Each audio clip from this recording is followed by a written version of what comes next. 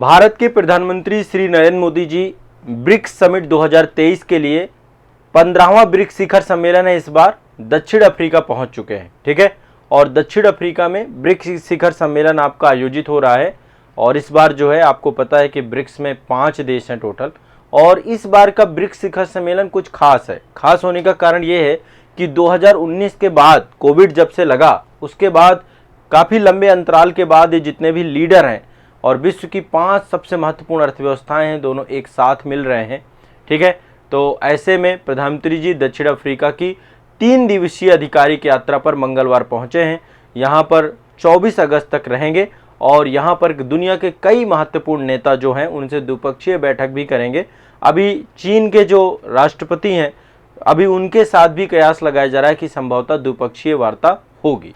ठीक है, तो अब यहाँ पर जो है भारतवंशी समुदाय से भी मुलाकात करेंगे और साथ ही जो है प्रधानमंत्री अभी इसको लेकर के पूरी एक जो बहुपक्षीय भी बातें होंगी। बहुपक्षीय तो आपकी मल्टीलेटरल तो आपका ब्रिक्स भी है और द्विपक्षीय आपकी बातें भी होंगी। ठीक है, तो अब यहाँ पर ये ब्रिक्स सम्मेलन जो है इस बार खास क्यों है, क्योंकि देखिए रूस यूक्रेन युद्ध चल रहा है और ब्रिक्स में आपका रसिया भी है। ये आप देख सकते हैं रसिया भी है इसमें, तो रूस है, चाइना है, इंडिया है, ब्राज़ील है और साउथ अफ्रीका है। ठीक है, दक्षिणी अफ्रीका है। ये आप देख पा रहे होंगे ब्रिक्स कंट्री में ये टोटल 5 बड़ी अर्थव्यवस्थाएं यहाँ पर सम्मिलित हैं। और 22 अगस्त से लेकर 24 अगस्त तक जो है यहाँ पे देखिए दक्षिण अफ्रीका के जो राष्ट्रपति हैं उनका नाम है सिरिल रामाफोसा। ठीक है, सिरिल रामाफोसा उनकी अध्यक्षता रहेगी। उन्हीं के आमंत्रण पर प्रधानमंत्री गए हैं। और जो है इस बार ये इसलिए महत्वपूर्ण है क्योंकि देखिए भारत में G20 होना है और शंघाई शिखर सहयोग सम्मेलन भी हो चुका है। तो ऐसे में अब बहुत ज़रूरी है कि जो वर्तमान परिस्थितियां बन रही हैं, अभी जो आपका यूरोपीय देश हैं, जितने भी यूरोपीय देश हैं सभी जो है इसमें जो है नज़र लगाए हुए बैठे हुए हैं, क्योंकि सबको ये लग रहा है कि चूँकि रूस यूक्रेन युद्ध है तो ऐसे में ब्रिक्स एक बहुत बड़ा मंच है जिस मंच पे इस मुद्दे को उठा करके इस मुद्दे का एक सही समाधान निकाला जा सकता है। लंबा टाइम पीरियड हो चुका है, यूरोप संकट से गुजर रहा है, तो सभी की निगाहें जोहान्सबर्ग पर होने वाले ब्रिक्स शिखर सम्मेलन से। तो पहली बात तो 15वां ब्रिक्स शिखर सम्मेलन है ना, और ब्राज़ील, रूस, भारत, चीन और दक्षिण अफ्रीका इस समूह के नेता जो है यहाँ पर जुड़ेंगे। दक्षिण अफ्रीका के राष्ट्रपति सिरिल रामाफोसा जी इसकी मेजबानी करेंगे। और देखिए एक तरीके से आप पाएंगे कि यहाँ पर जो है भारत के लिए भी बहुत खास हो जाता है, क्योंकि चीन जिस तरीके से इस मंच पे जुड़ा हुआ है, तो ब्रिक्स जो है कई सारे आर्थिक मुद्दों से भी गुजर रहा है। इस समय यूक्रेन युद्ध चल रहा है, उसके कारण से भू राजनीतिक वातावरण पूरी तरीके से बदला हुआ है। और इसमें जो है सबसे बड़ी बात है कि एक कमेंट आया था फ्रांस के राष्ट्रपति का, उन्होंने कहा था इमैनुअल मैक्रोन ने कि यदि आमंत्रित किया जाएगा तो वो भी सम्मिलित होने के लिए तैयार हैं, यहाँ पर बैठने के लिए तैयार हैं। और जो यूरोप में अशांति का वातावरण चल रहा है उसको सुलझाने के लिए यदि ब्रिक्स एक माध्यम बनता है तो बहुत बेहतर रहेगा। ठीक है, क्योंकि देखिए सबको लगता है कि भारत है यहाँ पे, और चूंकि भारत है तो वर्तमान में जो भारत की छवि बनी हुई है विश्व शांति का पुरोधा के तौर पे भारत चल रहा है, तो ऐसे में बहुत ज़रूरी है। अब इस बार कई सारे ब्रिक्स के देखिए हर बार जब भी कोई शिखर सम्मेलन होगा कई सारे एजेंडे होंगे, चाहे वो इकोनॉमी को लेकर के हो, है ना। देखिए अर्थव्यवस्था सबसे इंपॉर्टेंट है, विकासशील अर्थव्यवस्थाएं, विश्व की उभरती हुई अर्थव्यवस्थाएं चूंकि इसमें जुड़ी हुई हैं, तो ऐसे में सबसे बड़ा चीज़ तो अर्थव्यवस्था को बेहतर करना है। दूसरा जो इसका विस्तार करने को लेकर के भी बात चल रही कि ब्रिक्स का विस्तार होना चाहिए, ब्रिक्स में और देशों को सम्मिलित किया जाना चाहिए, जैसे कि अर्जेंटीना है, सऊदी अरब है, संयुक्त अरब अमीरात है, ईरान है, इन सारे देशों को अब सम्मिलित किया जाना है ब्रिक्स में। और कई सारे देशों ने रुचि भी व्यक्त की है कि हम ब्रिक्स का हिस्सा बनना चाहते हैं। तो ऐसे में भारत का एक कमेंट आया है कि हम भी इसके लिए खुले तौर पे सबका स्वागत करते हैं, भारत इसके लिए तैयार है। यदि ब्रिक्स के जो है जो कार्य परिषद है वो इसके लिए सबको अनुमति देती है तो भारत की तरफ से कोई आपत्ति नहीं होगी। ठीक है, तो आने वाले समय पे ब्रिक्स का जो है इस बात पे भी चर्चा चलनी है इस बार कि जो है ब्रिक्स का संभावित विस्तार किया जाए, जो अन्य बड़ी अर्थव्यवस्थाएं हैं वो भी इसमें जुड़ सकें। अब थोड़ा सा हम यहाँ पे ब्रिक्स शिखर सम्मेलन के बारे में थोड़ा समझ सकते हैं। ठीक है, कुछ चीजें मैं आपको यहाँ पर समझाने का प्रयास करता हूँ कि ब्रिक्स को लेकर के क्या चीजें हो सकती हैं। ठीक है, सबसे पहली बात, ब्रिक्स दुनिया की 5 अग्रणी उभरती हुई अर्थव्यवस्थाओं का समूह है। ब्राजील है, इसमें रूस है, भारत है, चीन है, दक्षिण अफ्रीका है। ठीक है, इसके लिए ये संक्षिप्त आपका शब्दावली का यूज किया गया है। अब ये आप वैश्विक आबादी का 41% इसमें निवास करती है। पूरे विश्व के यदि आबादी की बात करें तो 41% ब्रिक्स देशों में, बहुत बड़ी बात है। चीन, भारत इस समय नंबर 1 स्टेट है अब पॉपुलेशन में, फिर चीन हो गया आपका। सबसे बड़ी लैंड एरिया आप देखिए रूस के पास है, चीन के पास है, इंडिया के पास है। तो यदि हम टोटल बात करें कि टोटल आबादी के साथ साथ यहाँ पे लैंड एरिया भी पूरे विश्व का काफी बड़ा है, और साथ में वैश्विक सकल घरेलू उत्पाद का 24%, विश्व की जीडीपी का 24% ब्रिक्स कंट्रीज के पास है।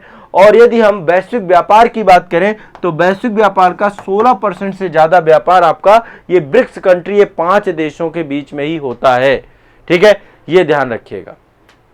देखिए ब्रिक्स की बात करें तो ब्रिक्स जो है ना, एक तरीके से एक एकीकृत प्लेटफॉर्म के तौर है ना, इसके लिए कोई एक अंतर सरकारी संगठन है ना, इसका किसी संधि के तहत इसका जन्म हुआ है। ठीक है, ब्रिक्स के जितने भी सर्वोच्च नेता हैं और जो मंत्र स्तरीय सम्मेलन है, प्रतिवर्ष इसका जो है आयोजन किया जाता है। अभी जो है 2019 के बाद से, जब से कोविड लगा था, वर्चुअल माध्यम से इसका आयोजन हो रहा था। अभी जो इसका आयोजन है इस बार जो है बहुत बेहतर तरीके से हुआ है। और ब्रिक्स शिखर सम्मेलन की एक बात और बता रहे हैं, प्रतिवर्ष इसकी अध्यक्षता जो की जाती है ना, इसी क्रम पे की जाती है। पहले ब्राजील के पास रहेगी, फिर रसिया के पास रहेगी, फिर इंडिया के पास, फिर चाइना के बाद जैसे साउथ अफ्रीका। अब अगला नंबर अध्यक्षता का ब्राजील का होगा। तो ये क्रम रहता है, इसी सीक्वेंस में जो है अध्यक्षता की जाती है। यहाँ पे एक चीज देखिए, इसमें आपका दक्षिणी अमेरिका महाद्वीप है, ठीक है, और अफ्रीका महाद्वीप है, एशिया महाद्वीप है, यूरोप है। अभी मतलब उत्तरी अमेरिका तो मान लीजिए यूएसए ही बड़ा स्टेट है, वहां पे यूएसए, कनाडा, और ये डेवलप्ड इकोनॉमी है। तो आप देखिए इसमें लगभग सभी महत्वपूर्ण कॉन्टिनेंट हैं इसमें, है ना। तो इसलिए ये बहुत महत्वपूर्ण हो जाता है। और देखिए इसका जन्म कैसे हुआ था, ब्रिक्स का जन्म के लेकर के कई सारे मुद्दे जो है, कई सारी रिपोर्ट आई थी। गोल्डमैन सैक्स एक अर्थशास्त्री थे, जिम ओ नील, ठीक है, उनके द्वारा एक रिपोर्ट की गई थी। और ये 2001 से चर्चा चालू हो गई थी कि ऐसा एक संगठन बनना चाहिए जिसमें विश्व की डेवलपिंग इकोनॉमी होनी चाहिए, विकासशील अर्थव्यवस्थाएं होनी चाहिए। इसको लेकर के 2006 में थोड़ा सा डेवलपमेंट हुई। कई सा 4 देशों के जो प्रमुख हैं, एक तो ब्राजील, रूस, भारत और चीन, दक्षिण अफ्रीका बाद में जुड़ा है इसमें ब्रिक्स में। तो इन चारों देशों के प्रमुखों के द्वारा आपस में डिस्कशन हुआ 2006 में, लेकिन अंततः तौर पे जो है ब्रिक्स का जन्म आपका हुआ 2009 में। ब्रिक्स कब बना आपका? 2009 में यह संगठन सामने निकल के आता है, ठीक है। और ब्रिक्स का जो औपचारिक तौर पे पहला शिखर सम्मेलन है वो रूस में हुआ था, और वैश्विक वित्तीय व्यवस्था को सुधारने में इन मुद्दों पर इसमें प्रॉपर चर्चा हुई थी।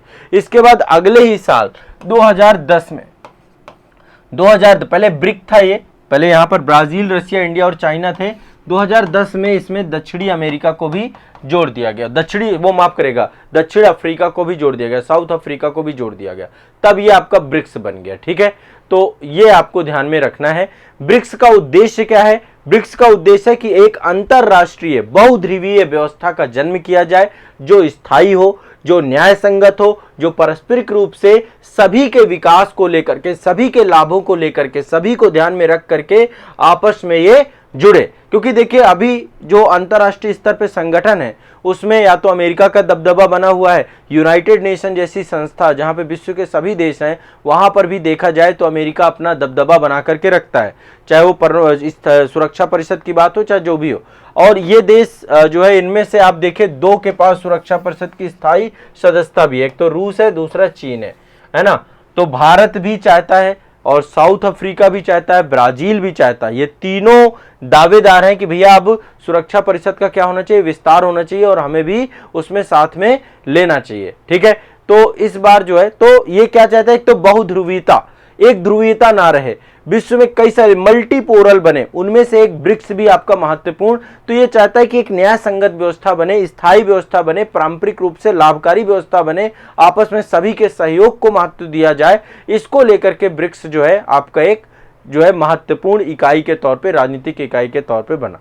अब इसको लेकर के कई सारे सहयोग के क्षेत्र हैं, जैसे आर्थिक सहयोग, इकोनॉमिक तौर पे एक दूसरे के साथ ये इतने समझौते होते हैं। हर बार जब कभी भी शिखर सम्मेलन होगा ब्रिक्स का, तो वहां पे इकोनॉमी को लेकर, व्यापार सहयोग को लेकर, नवाचार को लेकर, सीमा शुल्क सहयोग को लेकर, ब्रिक्स व्यापार जो है परिषद को लेकर, आकस्मिक रिजर्व को लेकर, इन सभी को लेकर के डिस्कस किया जाएगा। और आपको मैं बता दूं कि ब्रिक्स सदस्यों के द्वारा एक बैंक भी बनाया गया है जिसका नाम है न्यू डेवलपमेंट बैंक। ठीक है, न्यू डेवलपमेंट बैंक एक बनाया गया, ये भी अर्थव्यवस्था के क्षेत्र में बहुत इंपॉर्टेंट है। जैसे वर्ल्ड बैंक है या एशियन डेवलपमेंट बैंक है, वैसे ही आपका न्यू डेवलपमेंट बैंक बनाया गया है, और ये बैंक आपको बनाया है ब्रिक्स देशों ने। ठीक है, इसको ब्रिक्स बैंक भी कहा जाता है। इसके अलावा पीपुल टू पीपुल कांटेक्ट हो सके, बहुत सारा जो एक देश दूसरे देश के साथ जो ब्रिक्स कंट्री है उनके अपने कल्चर को साझा करें, खेल हो गया, खेल से जुड़ जाएं, शिक्षा से जुड़ जाएं, फिल्म से जुड़ जाएं, तो पीपल टू पीपल कांटेक्ट ये सबसे इंपॉर्टेंट जरूरी है। ठीक है, राजनीति और सुरक्षा सहयोग आपस में करें, एक दूसरे के साथ व्यवस्थित रहें। लेकिन आमतौर पे आप देखते हैं चीन हो गया, दबदबा बना के रखता है, रूस भी इस समय यूरोप में स्थिति असामान्य बनी हुई है। तो कहने का मतलब अभी ब्रिक्स के काफी सारे सदस्य आपस में ही परेशान है, समस्याग्रस्त हैं। ठीक है, तो इस बार का जो ब्रिक्स शिखर सम्मेलन है, कई सारे मुद्दे हैं इस बार जिनके बारे में चर्चाएं चल रही हैं कि ये मुद्दों पे बात होगी। बाकी अल्टीमेट जब पूरा ब्रिक्स शिखर सम्मेलन आपका हो जाएगा, इसको लेकर एक कंप्लीट समरी जो है हम डिस्कस करेंगे। तो देखिए, सबसे पहली चीज मैंने आपको बताया था कि ब्रिक्स का विस्तार करने को लेकर एक चर्चा चल रही है कि ब्रिक्स का विस्तार किया जाए, मुख्य एक जो है ये भी एजेंडा चल रहा है। और साथ में जो है एक मतलब ब्रिक्स देशों के बीच में व्यापार को बढ़ाना है ना, जो एक दूसरे की मुद्रा है उसको जो है प्रभावी बनाना, एक ब्रिक्स मुद्रा की धारणा को लेकर के आना। लेकिन अभी ब्रिक्स मुद्रा नहीं आ सकती है क्योंकि अभी डॉलर का जिस तरीके से प्रभाव है, एक कॉन्सेप्ट बन रहा है कि ब्रिक्स मुद्रा भी एक लेकर के आई जाए। ठीक है, और देखा जाएगा कि अभी जोहान्सबर्ग घोषणा क्या निकल के आती है, उसमें क्या क्या मुद्दे निकल के आते हैं और क्या क्या विषय निकल के आते हैं। इसके अलावा ब्रिक्स जो है अफ्रीका क्षेत्र को बेहतर बनाना चाहता है, अफ्रीका क्षेत्र का त्वरित विकास करना चाहता है, सतत विकास करना चाहता है, समावेशिता लाना चाहता है, बहुपक्षवाद और साझेदारी के साथ काम करना चाहता है, जलवायु परिवर्तन की दिशा में काम करना चाहता है, अफ्रीकी व्यापार को और अफ्रीका में शांति प्रक्रियाओं को बहाल करना चाहता है, महिलाओं की भागीदारी को बढ़ाना चाहता है, और इस तरीके से काम करने के लिए ब्रिक्स लगातार वर्क कर रहा है। ठीक है, और ये बहुत इंपॉर्टेंट है और बहुत जरूरी है। ठीक है, तो ब्रिक्स आपका एक महत्वपूर्ण संगठन के तौर पे है, और 15वें ब्रिक्स शिखर सम्मेलन के लिए प्रधानमंत्री नरेंद्र मोदी दक्षिण अफ्रीका के जोहान्सबर्ग पहुंच गए हैं, और वहां पे शिखर सम्मेलन आपका 24 तारीख तक चीजें रहेंगी, और साथ में द्विपक्षीय वार्ताएं भी हमें देखने को मिलेंगी। बहुत कयास लगाया जा रहा है कि संभवतः भारत और चीन के बीच में एक द्विपक्षीय वार्ता हो सकती है। तो जो भी संभावनाएं होंगी, क्योंकि विदेश मंत्रालय जी के द्वारा यही कहा गया है कि अभी प्रधानमंत्री जी की जो रूपरेखा है, क्या किससे मिलेंगे, अभी पूरी तरीके से स्पष्ट नहीं किया गया है। ठीक है, तो ये एक बहुत महत्वपूर्ण है, आप लोग ब्रिक्स को तैयार कर लीजिएगा। ये टॉपिक आपका पूछा जाता है जब भी कोई चीज चर्चा में रहती है, कोई भी करंट में रहता है, और शिखर सम्मेलन होते रहते हैं। G20 देखिए चर्चा में रहेगा, भारत में होना है सितंबर में, अगले ही महीने, और इसके बाद G20 के बाद जो है आपका ये ब्रिक्स शिखर सम्मेलन, जैसा कि मैंने आपको बताया, संघाई सहयोग संगठन जो है ये भी आपका भारत में ही इस बार जो है आयोजित हुआ है। और ये सब जो है महत्वपूर्ण संगठन है। ये मैंने आपको अंतर्राष्ट्रीय संबंध की क्लास में किया, IR की क्लास में जाएंगे तो ये सभी संगठनों के बारे में मैं इनकी पूरी रूपरेखा, कार्य योजना सब कुछ बताया हूँ। करंट भर आपको अपडेट करते रहना है, आपको और कोई समस्या नहीं लेनी है। ठीक है, तो इसको लेकर आगे जो भी इंपॉर्टेंट न्यूज़ होगी, जो भी चीज़ें होंगी, मैं आपको अगले सेशन में इसके बारे में एक विस्तार से चर्चा पर चर्चा करूँगा। ठीक है, चलिए, ये आपको एक जानकारी और सूचना आपके साथ साझा करना था। ठीक है।